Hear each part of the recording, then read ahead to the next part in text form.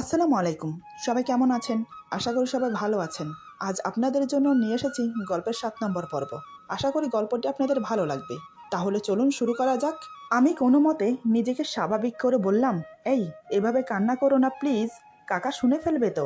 Please একবার শান্ত হয়ে আমার কথা শোনো। আসলে আমার পুরো কথা শেষ হলো না, তার আগেই হঠাৎ ফাতেমা আমার শাড়ির কলার শক্ত করে ধরে আমাকে ঝাঁকিয়ে কান্না করতে করতে বলে, আমাকে ধর্ষণ করে আমাকে মানসিক যন্ত্রণা দিয়েও কি আপনি শান্ত হননি? কেন বারবার আমার সাথে এরকম করছেন? যে কোনো সময় একটু সুযোগ পেলেই তার সদ্ব্যবহার করেন। আপনি কি মানুষ নাকি মানুষরূপী কোনো নরপিশাচ? আমি আর পারছি না এমন মানসিক যন্ত্রণা নিতে। আমি মুক্তি চাই, আপনার থেকে মুক্তি চাই। বুঝেছেন আপনি আমার কথা? এই বলে কান্নায় ভেঙে পড়ল। আমি তো পুরো সাইলেন্ট হয়ে গেলাম ওর কথা শুনে। এখন ওকে বোঝালেও কিছুই বুঝবে না, উল্টো আরো বাড়াবাড়ি রকমের কিছু হয়ে যাবে। তাই আমি ওর হাত থেকে কলার ছাড়িয়ে চুপচাপ উঠে চলে এলাম। ড্রয়িং রুমে এসে আমি ধপাস করে সোফায় বসে পড়লাম। দুই হাতে মাথা শক্ত করে চেপে ধরে সোফায় হেলান দিয়ে চোখ বন্ধ করে ভাবনায় ডুবে গেলাম। কি হচ্ছে এসব? আর কেনই বা হচ্ছে? করতে গেলাম কি আর হয়ে গেল কি? কেন বারবার ওকে কিছু করতে গিয়ে ওর এত কাছে চলে যাই? কেন কেন এমন হচ্ছে আমার সাথে? ও তো মনে প্রাণে বিশ্বাস করে নিয়েছে আমি ওকে ধর্ষণ করেছি। এদিকে এই মেয়েটির মতো কাকাও কি মনে মনে ভেবে নিয়েছে যে আমি মেয়েটিকে ধর্ষণ করেছি? কোন পাগলের পাল্লায় পড়লাম রে বাবা! সবাই দেখছে আমাকে ভুল বুঝছে, সোজাটা না ভেবে উল্টোটা ভেবে বসে আছে। আর এই মেয়েটির সাহস দেখে আমি তো অবাক হয়ে যাচ্ছি। আমার মুখের উপর আমার সামনে দাঁড়িয়ে আমাকে আঙ্গুল নাড়িয়ে নাড়িয়ে কথা শুনিয়ে গেল। আবার এখন আমার কলার চেপে ধরে আমার বুকের মাঝে থেকে আমার চোখে চোখ রেখে এতগুলো কথা বলল, অথচ আমি ওকে কিছু বলতেই পারলাম না। এই সব হয়েছে কাকার জন্য। কাকাই তো ওকে আশকারা দিল। এখন কি তাহলে এই মেয়েকে আমাকে বিয়ে করতে হবে? এই মেয়ের সাথে সারা জীবন কাটাতে হবে? ইম্পসিবল। এদিকে আমি ভাবনায় ডুবে আছি। অন্যদিকে স্বপন, সে তো মহা খুশি আমার বিয়ের কথা শুনে। স্বপন মনের খুশি চেপে রাখতে না পেরে চেঁচিয়ে বলে, দেখলি তো, আমি বলেছিলাম না, আমি বলেছিলাম এই মেয়েই তোর বউ হবে। এখন দেখ আমার কথা সত্যি হলো। তবে যাই বলিস দোস্ত, আমি কিন্তু তোর বিয়েতে অনেক মজা করব। আর খাবো তো আমি কবজি ডুবিয়ে। আমার একমাত্র বন্ধুর বিয়ে বলে কথা। আমার যে কি খুশি লাগছে, ইচ্ছে করছে তাতা থই থই করে নাচি। উফ, তোকে বলে বোঝাতে পারবো না মাহির। এদিকে আমি ওর কথা শুনে ওর দিকে রাগে কটমট করে তাকিয়ে আছি। সেদিকে ওর কোনো তোয়াক্কাই নেই। ও তো মনের আনন্দে বকবক করেই যাচ্ছে। এবার আমি ওকে ধমক দিয়ে বললাম, এই তুই চুপ করবি? আমি মরছি আমার জ্বালায়, আর উনি আসছেন জ্বালার উপর মরিচ লাগাতে। কোথায় আমাকে বুদ্ধি দিবি এই বিয়ে কিভাবে আটকানো যায়? তা না করে উনি খাবারের প্রস্তুতি নিচ্ছে। তোকে তো আমি এমন জন্মেন খাওয়ান খাওয়াবো যা সারা জীবন মনে থাকে। স্বপন বলে, আরে এভাবে চটে যাচ্ছিস কেন? তুই কি ভেবেছিস আমি তোকে বুদ্ধি দিলে তুই পার পেয়ে যাবি? বন্ধু, তোমার কাকাকে তো তুমি আমার থেকে ভালো চেনো। উনি যেটা একবার সিদ্ধান্ত নেয় সেটা না হওয়া পর্যন্ত শান্তিতে বসে না। তাই আমার মতে তুই বিয়েতে রাজি হয়ে যা। আর এমনিতেও ইকরা দেখতে খুবই সুন্দরী, তোর পাশে মানাবে ভালো। তবে বয়সে তোর থেকে একটু ছোট, সেটা ম্যানেজ করে নেওয়া যাবে। আমি বললাম, এই তুই কি পাগল হয়েছিস? আমার থেকে মেয়েটি একটু ছোট? আমার বয়স এখন 28 চলে, আর মেয়েটির বয়স 18 এখনো পূরণ হয়নি। কতটা পার্থক্য তুই বুঝতে পারছিস? আর মেয়েটির লাম্বায় কতটা ছোট দেখেছিস? এই যে আমার বুকের এখানে পড়ে থাকে। কোনোভাবে কি এই মেয়েটির সাথে আমার যায়? স্বপন বলে, দেখ ভাই, লাম্বাতে ও ঠিকই আছে, কিন্তু তুই যদি তার থেকেও লম্বা হয়ে থাকিস সেটা তো মেয়েটির দোষ না। তোর হাইট 6 ফুটের কাছাকাছি। আমি বললাম, 6 ফুটের কাছাকাছি না, বরং 6 ফুট 3 ইঞ্চি আমার হাইট। স্বপন বলে, ও যাই হোক, আর মেয়েটির হাইট 5 ফুটের কাছাকাছি। দেখতেও খুব সুন্দরী, পড়াশোনায় খুব মেধাবী, খুবই নম্র ভদ্র, ভালো। তোর সাথে 100% যায়। আমি বললাম, দেখ আমাকে লেকচার দিবি না। নিজের থেকে 10 বছরের ছোট্ট একটা মেয়ের সাথে আর যাই হোক সংসার করা যায় না। স্বপন বলে, ও তুই তো ঠিকই বলেছিস, বয়সের থেকে 10 বছরের ছোট একটা মেয়েকে আর যাই হোক নিজের বউ করা যায় না, কিন্তু তাকে তুলে নিয়ে গিয়ে মনের মতো যেমন মন চায় তেমন করে নির্যাতন করা যায়। চাইলে তাকে কিসও করা যায়, আবার চাইলে তাকে জড়িয়ে ধরা যায়, সব করা যায়, শুধু তাকে বিয়ে করা যায় না, কি তাই তো? আমি বললাম, এই তুই কি বলতে চাইছিস রে? স্বপন বলে, আমি কি বলতে চাইছি তুই বুঝতে পারছিস না? মেয়েটিকে তুলে নিয়ে গিয়ে মারধর করলি, সেটা ঠিক আছে, তাহলে মেয়েটিকে কিস করলি কেন? কিস করার সময় নিশ্চয় জড়িয়ে ধরেছিস। জড়িয়ে না ধরে তো কিস করা যায় না, জড়িয়ে ধরেই তো কিস করতে হয়। তখন মনে ছিল না মেয়েটি তোর থেকে 10 বছরের ছোট? আমি বললাম, এই, তুই কি আমাকে এগুলো বলে ব্ল্যাকমেল করছিস? দেখ, যেটা হয়েছে সেটা মনের অজান্তেই হয়েছে। আমি ইচ্ছে করে মেয়েটিকে কিস করিনি। স্বপন বলে, না, আমি ব্ল্যাকমেল করছি না তোকে, যেটা সত্য সেটাই বলছি। আর শোন, কোনো কিছু না এমনি এমনি হয় না। তোর মন চেয়েছে তাই তুই করেছিস। মেয়েটির প্রতি তোর একটু হলেও ফিলিংস ছিল, তাই তুই এমনটা করেছিস। সেটাকে এখন অজান্তেই হয়ে গেছে বলে চালিয়ে দিস না। আমি ছোট না, আমি সব বুঝি। এখন ভালোই ভালোই মেয়েটিকে বিয়ে করে নে, তাহলেই দেখবি সব লেটা চুকে যাবে। আমি বললাম, না, এটা অসম্ভব। কোনোভাবেই আমি ওকে বিয়ে করতে পারবো না। আরে তুই বুঝতে পারছিস না কেন? স্বপন বলে, আমাকে বুঝিয়ে লাভ নেই। যা বলার, যা বোঝানোর কাকাকে গিয়ে বল। এই বলে স্বপন চুপ হয়ে গেল। ওইদিকে কাকা ফাতেমার রুমে গিয়ে দেখে ফাতেমা বিছানায় শুয়ে শুয়ে কান্না করছে। এটা দেখে কাকা ফাতেমাকে নিয়ে ব্যস্ত হয়ে পড়ে। কাকা ফাতেমার পাশে বসে ফাতেমার মাথায় হাত বুলিয়ে বলে, কি হয়েছে মা, তুমি এভাবে কান্না করছো কেন? আচমকা কাকার কথা শুনে ফাতেমা ভূত দেখার মতো ভয় পেয়ে চমকে উঠে তাড়াতাড়ি উঠে বসে। কাকা বলে, কি হয়েছে মা? কেউ কি কিছু বলেছে তোমাকে? কে কি বলেছে আমাকে একবার বলো, দেখো আমি ওর কি হাল করি। ফাতেমা কান্না করতে করতে বলে, আমি বাড়ি যাব। কাকা মুচকি এসে বলে, ও এই ব্যাপার, নিশ্চয় তুমি বাড়ি যাবে, তার জন্য কান্না করার কি আছে? লক্ষ্মী মেয়ের মতো চোখের পানি মুছে ফেলো, একদম কান্না করবে না, আর ভয়ও পাবে না। এখানে তোমাকে কেউ কিছু করবে না। কাকার কথা শুনে ফাতেমা মনে মনে বলে, ভয় কি আর সাধে পাচ্ছি? উনি তো আমাকে চোখে চোখে রেখেছে, একটু সুযোগ পেলেই সেটা কাজে লাগাচ্ছে। কাকা বলে, আমি জানি হঠাৎ আমি তোমাদের নিয়ে একটা বড় সিদ্ধান্ত নিয়ে ফেলেছি, তবে মা, আমি সেটা তোমার ভালোর জন্যই করেছি। আমি মাহিরের কাকা বলে বলছি না। মাহির খুব ভালো ছেলে, 5 বছর বয়সেই ওর মা বাবাকে হারায়ও। সেই থেকে আমি ওকে কোলে পিঠে করে মানুষ করেছি। তবে মা, ও একটু রাগী প্রকৃতির, রাগের মাথায় অনেক কিছুই করে ফেলে, পরে কিন্তু সেটার জন্য আফসোস করে। এমনিতে ও খুব শান্তশিষ্ট একটা ছেলে।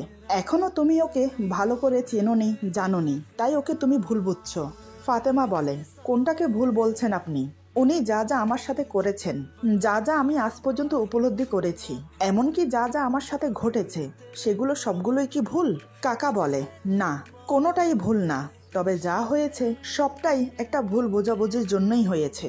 মাহির যা করেছে সেটা অন্যায় করেছে, তবে সেটা সে না বুঝে জিদের বশে করে ফেলেছে।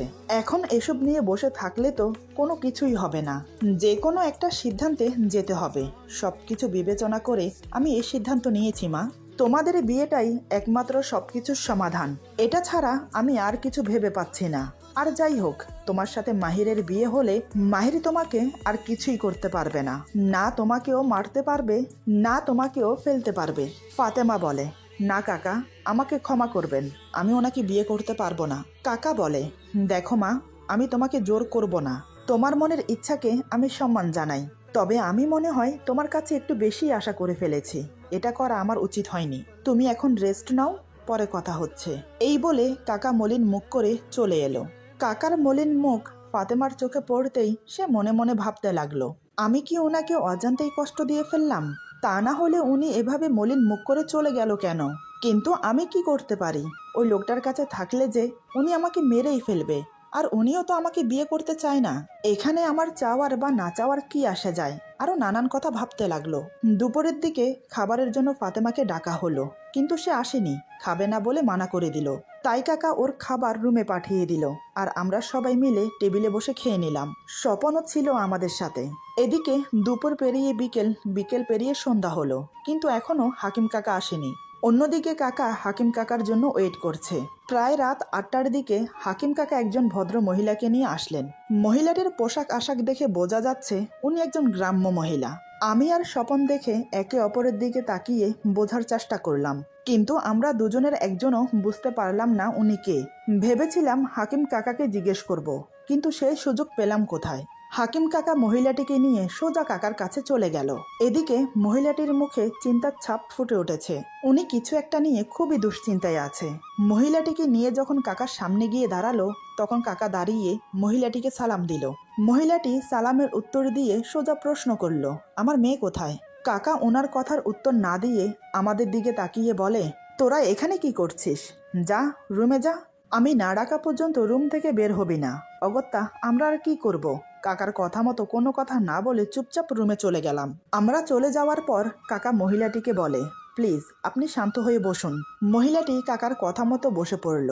তারপর কাকা একে একে সবকিছু খুলে বলল, শুধু বিয়ের কথা ছাড়া। এসব শুনে মহিলাটি একদম নিস্তব্ধ হয়ে গেল।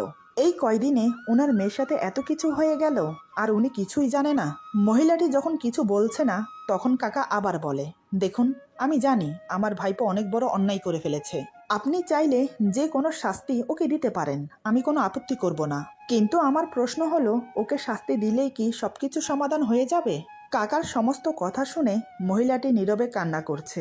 তার একমাত্র ফুলের মতো মেয়েটির সাথে এমন জঘন্যতম কাজ কেউ কিভাবে করতে পারে? কাকার কথা শুনে মহিলাটি বলে, এমন একটা বাজে ছেলের জন্য আপনি সাফাই গাইছেন আমার কাছে? এখনো ওই ছেলেকে পুলিশে না দিয়ে ঘরে রেখে দিয়েছেন? ওর মতো ছেলেকে তো পুলিশে দেওয়া উচিত। কাকা বলে, আপনি চাইলে ওকে পুলিশে দিতে পারেন, কিন্তু তাতে কি সবকিছু সমাধান হবে? উল্টো সবকিছু জানাজানি হবে। তাতে করে আপনার মেয়ের সম্মান নিয়ে টানাটানি হবে। তখন কি সে মাথা উঁচু করে এই সমাজে বাঁচতে পারবে? আপনিই বলুন না। দেখুন, ঘুরিয়ে পেঁচিয়ে কথা বলার স্বভাব না আমার নেই। আমি যা বলি যা করি সোজাসুজি ভাবেই করি। তাই আমি একটা সিদ্ধান্ত নিয়েছি, যেটা বলার জন্যই আপনাকে এখানে ডেকে আনা। আসলে আমি ভেবে নিয়েছি যে আমি ওদের বিয়ে দিয়ে দেব। এখন আমি আপনার মতামত জানতে চাই। ফাতেমার মা বলে, আপনার কি মাথা খারাপ হয়েছে? যে ছেলে আমার মেয়ের এত বড় ক্ষতি করলো তার সাথে আমি আমার মেয়েকে বিয়ে দেব? এটা কখনোই সম্ভব না। কাকা বলে, দেখুন, ছেলে হিসেবে মাহির খুবই ভালো একটা ছেলে। আমি বলছি না, আপনি চাইলে খবর নিয়ে দেখতে পারেন। আপনি একটু বোঝার চেষ্টা করুন, এতে করে ওদের দুজনের জন্যই ভালো হবে। আমি বরং মাহিরকে ডাকি। আপনি নিজের চোখেই দেখে নিন এই ছেলে আপনার মেয়ের যোগ্য কিনা। তারপর আপনি যে সিদ্ধান্ত নেবেন সেটাই হবে। এই বলে কাকা আমাকে ডেকে পাঠালো। আমি এসে ওনাদের সামনে দাঁড়ালাম। আমি এসে দাঁড়াতেই ফাতেমার মা আমাকে পা থেকে মাথা পর্যন্ত দেখলো। তারপর আমার মুখের দিকে এক দৃষ্টে তাকিয়ে রইল। আমি কাকাকে বললাম, কাকা তুমি আমাকে ডেকেছো? কাকা বলে, হ্যাঁ ডেকেছি। এই বলে ফাতেমার মাকে দেখিয়ে বলে, উনি হচ্ছেন ফাতেমার মা। কাকার মুখে ফাতেমার মা কথাটা শুনে সত্যি বলতে আমি লজ্জায় মাথা নিচু করে নিলাম। এতক্ষণে হয়তো উনি সব জেনে গেছেন। আমার কাকা উনাকে সব বলে দিয়েছে। না জানি উনি আমার ব্যাপারে কি কি ভাবছেন। তারপরও আমি ওনাকে উদ্দেশ্য করে সালাম দিয়ে মাথা নিচু করে নিলাম। বেশ কিছুক্ষণ নীরবতায় কেটে গেল। আমাকে দেখার পর ফাতেমার মা বলে, দেখুন, আমি আপনাকে এখন কিছু বলতে পারছি না। আমি আগে ফাতেমার সাথে কথা বলে তারপর আপনাকে জানাবো। কাকা বলে, ঠিক আছে, আপনি কথা বলে দেখতে পারেন। তবে আমি বলেছিলাম সে রাজি হয়নি। প্লিজ আপনি একটু ট্রাই করে দেখুন কোনোভাবে ওকে রাজি করাতে পারেন কি না। কেননা আমি যে কোনো প্রকারে ওদের বিয়েটা দিতে চাই। তারপর কাজের বুয়াকে ডেকে তার সাথে ফাতেমার মাকে পাঠিয়ে দিল ফাতেমার রুমে। ফাতেমার মা ফাতেমার রুমে প্রবেশ করতেই ফাতেমা তার মাকে দেখে দৌড়ে এসে জাপটে ধরে কান্নায় ভেঙে পড়ে। মা মেয়ে দুজন একে অপরকে জড়িয়ে ধরে কান্না করছে। বেশ কিছুক্ষণ কান্নাকাটি করার পর ফাতেমা বলে, মা তুমি এখানে কিভাবে এলে? আর আমি এখানে তুমি কিভাবে জানো? আর এখানে ঠিকানা কোথায় পেলে? ফাতেমার মা ফাতেমার মাথায় হাত বুলাতে বুলাতে সব কথা খুলে বলে। সব শুনে ফাতেমা বলে, মা তুমি যখন এসে গেছো তাহলে ভালোই হয়েছে। মা চলো আমরা গ্রামের বাড়িতে চলে যাই। গ্রামের কোনো কলেজে ভর্তি হয়ে যাব, সেটাই ভালো হবে। ফাতেমার মা বলে, কিন্তু মা এরা তোকে এত সহজে ছেড়ে দেবে ভেবেছিস? আমার তো মনে হয় না। ছেলেটার কাকা যেভাবে কথা বলছে তা শুনে তো আমার মনে হচ্ছে উনি যে করেই হোক ওই ছেলের সাথে তোর বিয়ে দেবে। বড় লোকদের সাথে আমাদের মতো গরিব ঘরের মানুষ পাল্লা দিয়ে কি চলতে পারে মা? ওদের কাছে টাকার গরম আছে, সেই টাকার গরমে যা ইচ্ছে নয় তাই করতে পারে। আমি বলি কি মা, তুই এই বিয়েতে রাজি হয়ে যা, এতে তোর মঙ্গলই হবে। ফাতেমা মায়ের কথা শুনে চোখ বড় বড় করে মায়ের দিকে তাকায়। ওর নিজের মা ওকে এই কথা বলছে, ও যেন এটা ভাবতেই পারছে না। ফাতেমা অবাক হয়ে বলে, মা তুমি এই কথা বলছো? ফাতেমার মা বলে, জলে কুমিরের সাথে লড়াই করে আজ পর্যন্ত কেউ টিকতে পেরেছে মা? পারেনি। তাই আমি তোর ভালোর জন্যই এ কথা বলছি। ফাতেমার মা ফাতেমাকে অনেকভাবেই বোঝাতে চেষ্টা করলো, কিন্তু ফাতেমা না ছাড়া হ্যাঁ বলছে না। শেষমেশ ফাতেমার মা হঠাৎ বলে ওঠে, তুই যদি এই বিয়ে না করিস তাহলে তুই আমার মরা মুখে দেখবি। মায়ের মুখে এমন কথা শুনে ফাতেমার হম্বিতম্বি সব শেষ হয়ে গেল। আর কোনো কথা বলতে পারলো না সে, শুধু মুখ বুজে নিচের দিকে তাকিয়ে চোখ বন্ধ করে চোখের পানি ফেলতে লাগলো। ওর নীরবতা বুঝিয়ে দিল সে এই বিয়ে করতে রাজি। ফাতেমার মা রুম থেকে বেরিয়ে নিচে এলো কাকার কাছে। কাকা তখনও ড্রয়িং রুমে বসে আছে। ফাতেমার মা এসে দাঁড়াতেই বলে, দাঁড়িয়ে কেন? বসুন, বসে কথা বলা যাক। ফাতেমার মা বসে বলে, অনেক কষ্টে বুঝিয়েছি। কথাটা শুনে কাকার মুখে হাসি খেলে গেল, আর আমি গাধার মতো অবাক হয়ে তাকিয়ে আছি ফাতেমার মায়ের মুখের দিকে। কাকা বলে, আমি জানতাম আপনার মেয়েকে আপনি ছাড়া কেউ রাজি করাতে পারবে না, তাই তো আমি আপনাকে খবর দিয়ে এনেছি। তবে আজ থেকে আপনি আমার বেআইন হলেন, আর আমি আপনার বেআই। ফাতেমার মা বলে, কিন্তু তারপরও তো কথা থেকে যায়। কাকা বলে, আর কি কথা থেকে যায়? ফাতেমার মা বলে, দেখুন, আমরা মধ্যবিত্ত ফ্যামিলিতে বিলং করি, আপনাদেরকে কিছু দেওয়ার মতো সামর্থ্য আমাদের নেই। কাকা বলে, কে বলেছে নেই? এই যে হীরের টুকরো একটা মেয়ে আছে, যাকে আপনি আমাদের দেবেন, তাতেই হবে। আমাদের কিছু চাই না। তার চেয়ে বরং আপনি বলুন আপনার